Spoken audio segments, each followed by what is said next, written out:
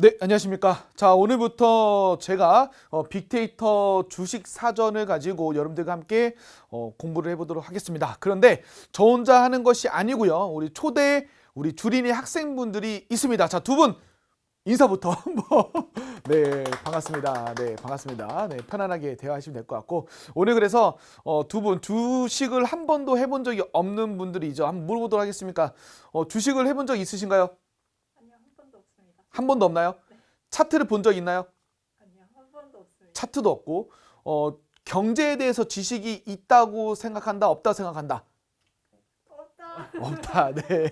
오늘 아주 좋은 분들, 백지인 분들을 제가 모셔놓고 오늘 주식에 대해서 또 빅데이터 주식 사전에 대해 나오는 어떤 단어를 통해서 우리 주린이 분들이 공부를 해볼 수 있도록 한번 진행해 보도록 하겠습니다. 첫 시간이니까 집중해서 한번 가보도록 하겠습니다. 이제 여기 안 보고 이제 여기 보고 제가 강의를 하도록 하겠습니다.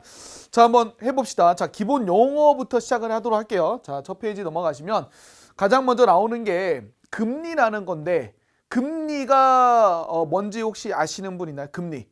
금이빨 말고 금리. 은행이랑 관련된 그렇죠. 은행에서 보통 대출을 받게 되면 내 금리가 얼마인지를 묻잖아요. 그렇죠. 내 신용에 의해서 내 금리가 은행에 돈을 내가 만약에 대출했을 때 뭐 2%다, 3%다 이렇게 나오는 게 금리잖아요. 그렇죠. 그럼 금리가 높으면 기분이 좋아요, 안 좋아요? 대출 받을 때. 안 좋죠.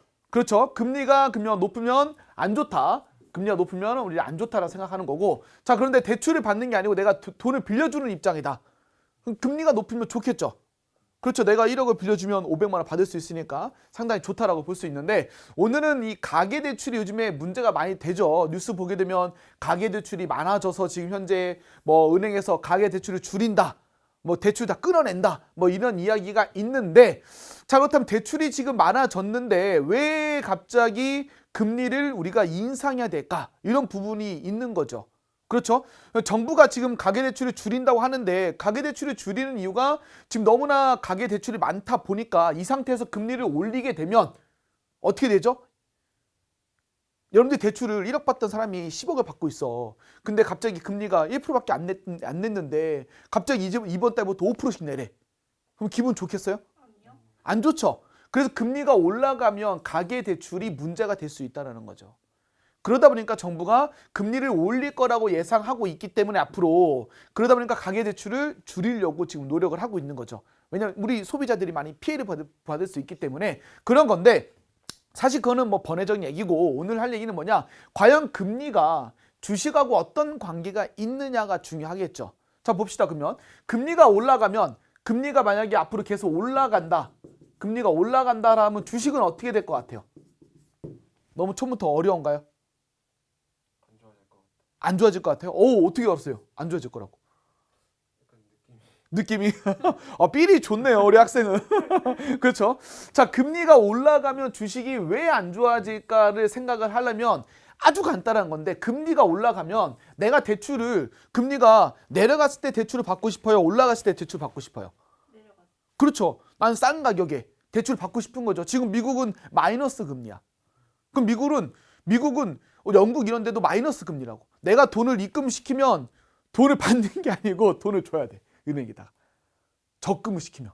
그 정도라고 지금 현재. 그죠? 근데 금리가 낮았을 때 내가 대출을 받으면 돈을 더 받고 싶은 거죠. 그럼 돈이 만약에 내가 1억만 대출 받아야 되는데 갑자기 금리가 없대. 와, 좋아. 10억 갖고 와. 땡겨. 10억을 받아버리는 거지. 근데 10억을 받았는데 막상 내가 돈을 쓸 게 없는 거야. 그러니까 이 돈 갖고 막 우리가 막 루이비통 사고 이럴 수는 없잖아요. 그렇죠? 그럼 이거 갖고 투자를 하게 되는 거죠. 돈을 늘려야 되니까. 그럼 주식을 하게 되는 거야. 아니면 땅을 사든지 아파트 사든지. 그렇죠? 근데 아파트나 땅을 샀다가 만약 금리가 이게 갑자기 어떻게 될지 모르니까 단기적인 투자를 하기 위해서 주식으로 들어올 수 있다는 거죠. 그렇죠? 그렇다면 금리가 떨어졌을 때는 주식이 좀 더 호황일 거고 금리가 올라가면 금리가 올라가면 어떻게 돼요? 만약에 지금 금리가 1%인데 갑자기 금리가 10%까지 올라갔다. 그러면 내가 지금 10억을 갖고 있는데 10억 더 빌릴까 여기서? 이런 생각해요? 안 하죠. 근데 내가 나 10억 있으니까 차라리 여기다 10억을 넣을래. 그래서 내가 대출로 10% 내가 대출해주고 내 10% 벌래. 이런 생각을 더 많이 갖겠죠. 그래서 안정적인 어떤 은행으로 들어가고 좀 불안정한 이런 돈을 빼가지고 은행으로 돈이 들어간다는 거죠. 그러니까 금리가 올라가면 주식에서 돈을 빼가지고 은행에다 적금 넣는 거고, 금리가 내려가면 은행에서 돈을 빌려가지고 주식을 투자를 하는 거고. 그래서 금리가 상당히 중요하다는 거예요. 미국이 금리를 인상시키면, 지금 인상시킨다고 뭐 테이퍼링이 나오고 뭐 연준이 뭐 금리를 인상, 이런 말 들어봤죠. 그렇죠? 테이퍼링이 뭔지 알아요? 아니요. 테이퍼링은 그래도 기본적으로 우리가 성인이라면 테이퍼링은 좀 알아야 돼. 테이퍼링은 연준이 자산을 매입하는데 그 매입을 하는 거를 중단시키는 거예요. 중단시키는 거예요. 그러니까 연준이 자산을 매입하게 되면 금리가 떨어지는 효과를 볼 수 있는 건데, 근데 연준이 자산을 매입을 안 하게 되면 이제 앞으로 금리를 올릴 수 있는 가능성이 높아진 거죠. 그럼 금리가 올라가게 된다라고 한다면 주시장이 당연히 안 좋아질 수 있다는 거죠. 그래서 금리가 상당히 중요하다는 거겠고, 이 기준금리가 한국에서 한국은행이 이제 금리를 얘기하죠. 한국은행에서 금리를 내려주면 그 금리가 우리한테 적용되는 게 아니고 은행에서 또 그 기준금리에다 플러스 마이너스 쳐가지고 금리를 올리고 내리고 하는 거거든요. 기준금리라는 게 그런 역할을 한다라고 볼 수 있겠고, 연준금리는 미국에서 기준금리와 똑같은 논리라고 보면 돼요. 미국에서 움직이는 FED, 페드에서 움직이는 금리다라고 볼 수 있을 것 같고, 아무래도 이따가 또 환율할 때 얘기하겠지만 지금 전 세계에서 기축달러, 기축통화 볼 수 있는 건데, 어쨌든 간에 금리도 환율하고 또 연관돼 있어요. 그러면 금리에 대해서 이해가 됐죠? 혹시 금리에 대해서 궁금한 거 또 있었다? 깨끗하죠? 오케이, 그럼 다음 거 한번 또 공부를 해보도록 하겠습니다. 쉽죠? 너무 쉬워요. 쉽죠? 오케이, 좋습니다. 자, 코스피, 코스닥을 내가 모르고 있다. 좋아요. 자, 코스피가 뭔지 모른다는 거죠. 네. 오늘 어디서 이런 분들을 구해오신 거야, 대체? 야, 뭐야, 이거? PD도 어디 갔어? 도망가고. 어쨌든 오늘 이런 분위기 속에서 공부를 하고 있다라고 볼 수 있겠고요. 제가 어떻게든 우리 두 분 주식의 왕이 될 수 있도록 제가 교육을 한번 시켜보도록 하겠습니다. 아주 첫걸음이지만 첫걸음이 중요한 거예요. 그렇죠? 자, 코스피는 뭐냐? 쉽게 설명하면 삼성전자는 코스피일까요? 코스닥일까요? 코스피. 오케이. 진짜? 코스피, 코스닥. 저는 코스닥. 코스닥. 야, 그 1대1이래. 자, 삼성전자는 과연 코스피일까요? 코스닥일까요? 상당히 궁금합니다, 저도. 답은 나중에 찾아보시면 여러분들 알 것 같고, 제가 말씀드리지 않을 것 같고. 자, 현대차는 당연히 코스피겠죠. 현대차는. 자, 그럼 이해되겠죠? 자, 현대차는 코스피다. 그럼 뭐 삼성전자가 코스피인지 코스닥인지 알 수 있겠죠, 이제. 자, LG화학도 코스피고. 우리가 보통 많이 알고 있는 대형사들은 다 코스피에 있다고 보시면 돼요. 근데 셀트리온이라는 기업 알고 계시죠? 셀트리온. 셀트리온이 요즘에 우리 치료제도 만들고 또 우리 한국의 바이오 기업을 하고 있는 기업인데, 사실 셀트리온을 모르시는 분이 많이 있을 것 같아요. 내 생각은. 혹시 모르시는 분이 모르시나요? 셀트리온? 알아요?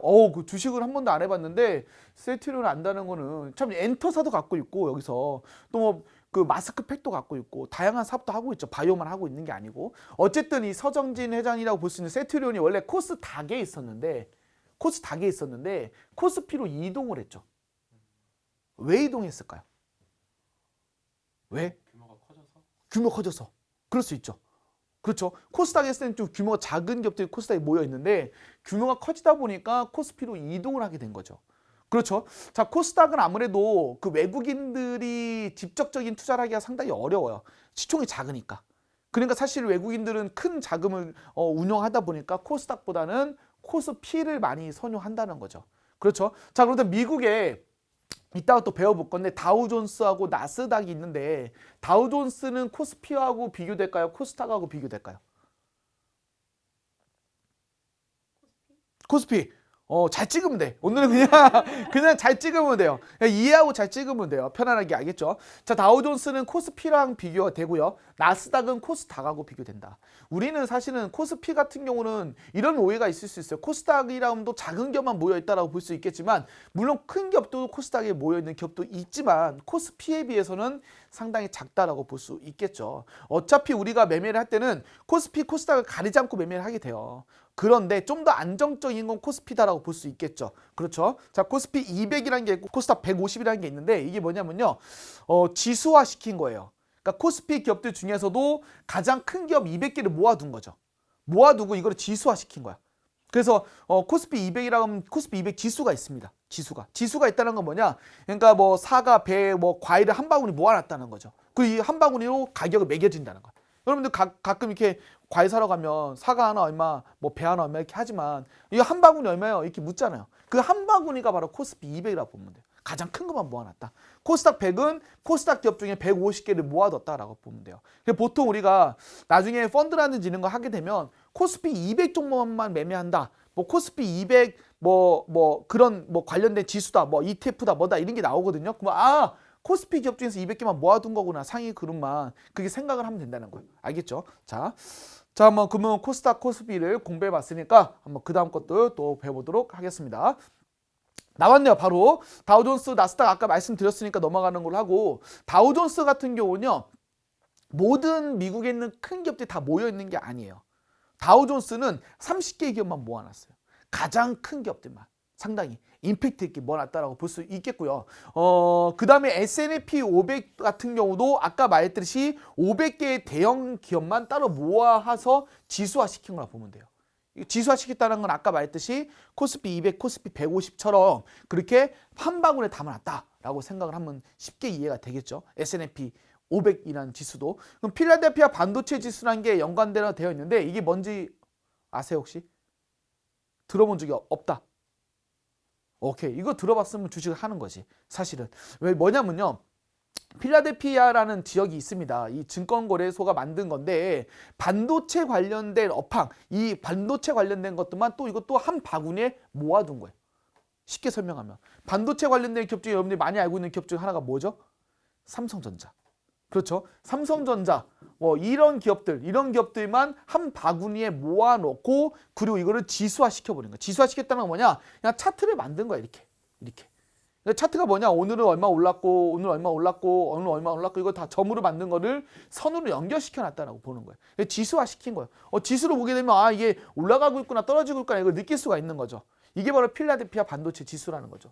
보통 필라델피아 반도체 지수가 올라가게 되면 삼성전자에는 호재일까요? 악재일까요?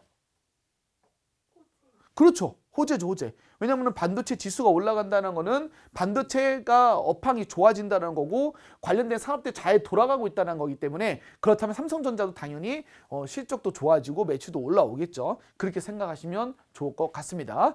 자, 너무나 쉬운 거지만 첫 걸음부터 우리가 아주 쉽게 공부를 해야 되니까 그렇죠. 이제는 여러분들이 이거 알았으면 주식은 다 한 거야.